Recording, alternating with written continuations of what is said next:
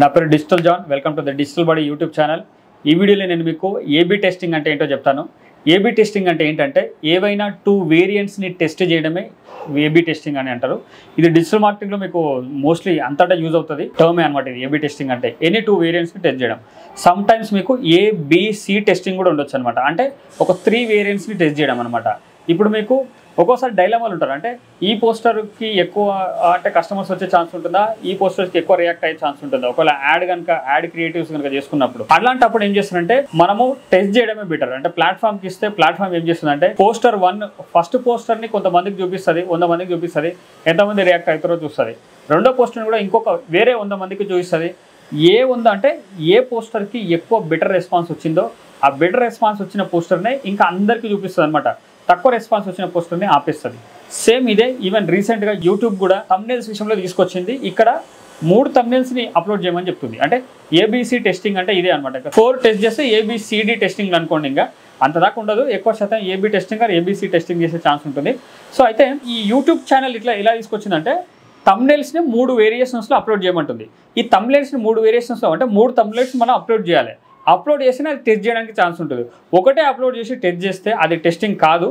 ఏదైనా రెండు ఉండాలి టెస్ట్ చేయాలంటే. కాబట్టి ఆ 3 థంబ్నెయిల్స్ అప్లోడ్ చేసినప్పుడు ఏమవుతుందంటే యూట్యూబ్ ఛానల్ 2 వారాలు టైం తీసుకుంటుంది టెస్టింగ్కి.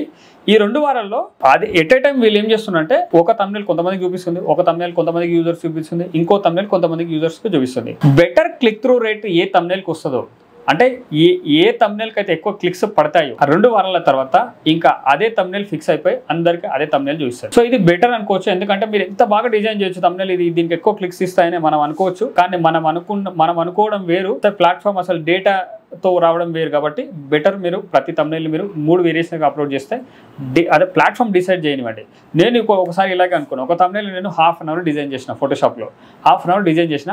జస్ట్ ఈ ఏబిసి టెస్టింగ్ చేయడం కోసమే ఇంకో 2 థంబ్నెయిల్స్ని క్యాన్వాలో జస్ట్ కొన్ని సెకండ్స్లో డిజైన్ చేశాను. అది ఎందుకు డిజైన్ చేశానంటే అవి బాగుంటాయి అని కాదు, ఏదో ఓకే ఇదే థంబ్నెయిల్ విన్ అవుతుందేమో, మిగతావి జస్ట్ ఒక 3 అప్లోడ్ చేయాలి కాబట్టి 3 నేను అప్లోడ్ చేయడం కోసం వాటికి తక్కువ టైం కేటాయించి నేను అప్లోడ్ చేశాను. తర్వాత 2 వీక్స్ తర్వాత డేటా చెక్ చేస్తే ఆ కొన్ని సెకండ్స్లో చేసిన క్యాన్వా థంబ్నెయిలే అది ఎక్కువ క్లిక్ త్రూ రేట్ వచ్చింది. ఎక్కువ క్లిక్స్ రావడం వల్ల అదే విన్ అయింది. నేను ½ అన్ అవర్ కష్టపడి డిజైన్ చేసినంత వేస్ట్ అయిపోయింది అనమాట. అంటే అర్థమవుతుందా? అంటే డేటా మనకి మాట్లాడాలంటే మనం నీ ఒపీనియన్ ఏంటి, నా ఒపీనియన్ ఏంటి అని కాదు. ఏబీ టెస్టింగ్ అనేది అన్ని వేరియేషన్స్లో వస్తుంది అనమాట. మీకు అంతటి వస్తుంది. ల్యాండింగ్ పేజెస్లోకి వస్తుంది. ల్యాండింగ్ పేజ్లో ఫామ్ బటన్ వస్తుంది. బటన్కి కాల్ టు యాక్షన్ ఏం పెడతామో వస్తుంది. కాల్ టు యాక్షన్కి అంటే ఆ టెక్స్ట్ కూడా కావచ్చు. గెట్ ఏ కాల్ బ్యాక్ పెడితే బెటరా, సబ్మిట్ పెడితే బెటరా, ఆ గెట్ కోట్ అని పెడితే బెటరా, ఆ గెట్ ప్రైజ్, ఇవన్నీ అనమాట. అంటే అటువంటివి కానీ ఏబీ టెస్టింగ్ ఎప్పుడైనా ల్యాండింగ్ పేజ్లో ఏమైనా చెక్ చేస్తున్నప్పుడు మీరు ఎన్ని 2 వేరియేషన్స్ 1, 2 ఒకటే చెక్ చేయాలన్నమాట. ఏదన్నా అంటే కలర్ అనుకుంటే ఈ కలర్ పెట్టి కొంత చెక్ చేయాలి, ఇంకో కలర్ పెట్టి చెక్ చేయాలన్నమాట. సో అలా మల్టిపుల్ చేంజెస్ చేశారనుకోండి, ఏ చేంజ్ వల్ల మీకు రిజల్ట్స్ బెస్ట్ వచ్చాయనేది మీరు ఐడెంటిఫై చేయడం ప్రాబ్లం అవుతుంది. అందుకు ఏబీ టెస్టింగ్ అంటే ఏబీ టెస్టింగ్ ఎప్పుడు చేస్తున్నా సరే ఏదర్ 1 or 2 చేంజెస్ చేస్తే వాళ్ళు చెక్ చేస్తుంటారు అనమాట. It can be any variants. ఒకవేళ ఫేస్బుక్ యాడ్స్లో కనుక చూసినట్లయితే మీరు క్రియేటివ్స్ని ఏబీ టెస్టింగ్ చేయొచ్చు, ప్లేస్మెంట్స్ని ఏబీ టెస్టింగ్ చేయొచ్చు, ఆడియన్స్ని ఏబీ టెస్టింగ్ చేయొచ్చు. ఇలా ఉన్నాయన్నమాట. ఇంకా చాలానే ఉంటాయి. చెప్పాను కదా ఇది అంతటి వస్తుందని. ఈవెన్ మీరు త్రూ అవుట్ ద డిజిటల్ మార్కెటింగ్లో మీకు యాడ్స్లో వస్తుంది, ఎస్ఈఓలో వస్తుంది, ల్యాండింగ్ పేజ్ విషయంలో వస్తుంది, ఈవెన్ సోషల్ మీడియా మార్కెటింగ్లో కూడా వస్తుంది. అంతటి వస్తుంది. కాబట్టి ఈవెన్ ఈమెయిల్ మార్కెటింగ్లో కూడా సబ్జెక్ట్ లైన్స్ టెస్ట్ చేయడానికి వస్తుంది అనమాట ఏబీ టెస్టింగ్ అనేది.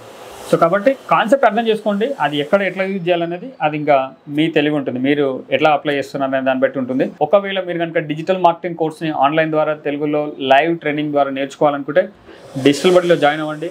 నేను మీకు 2-3 మంత్స్లో నేను మీకు ప్రొఫెషనల్గా డిజిటల్ మార్కెటింగ్ని నేర్పిస్తాను.